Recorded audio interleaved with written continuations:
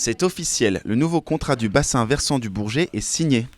Représentants de l'État, de l'Agence de l'eau, des agglomérations et du Conservatoire des espaces naturels, ils étaient tous là ce matin pour parapher ce document qui détermine les futures mesures de préservation de l'eau du précieux lac. Alors, il y a deux grands types d'actions.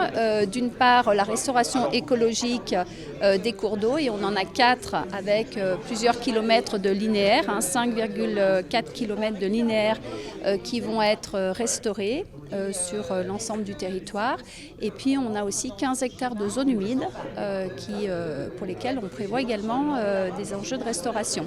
Et puis en parallèle, il y a des actions autour de la gestion de l'eau potable. Un enjeu de plus en plus important dans un contexte de réchauffement climatique, même dans un territoire connu pour ses ressources abondantes. L'été dernier, à cet égard, a été véritablement une période critique qui a conduit les services de l'État et le préfet à prendre des mesures de restriction des usages de l'eau. Et donc, à travers ce 4e contrat, eh bien, on va financer des actions de lutte contre les pollutions, de renaturation des milieux naturels et de meilleure gestion de la quantité de la ressource en eau. Des ambitions qui se concrétisent dès aujourd'hui avec l'inauguration du bassin de rétention des Biâtres, un édifice de 10 000 m3 capable de retenir les eaux polluées lors de fortes pluies. Le contrat, c'est un engagement à agir pour les collectivités et un engagement à financer de notre part. Il est important aussi de montrer que l'engagement, c'est bien, mais que les actions sortent.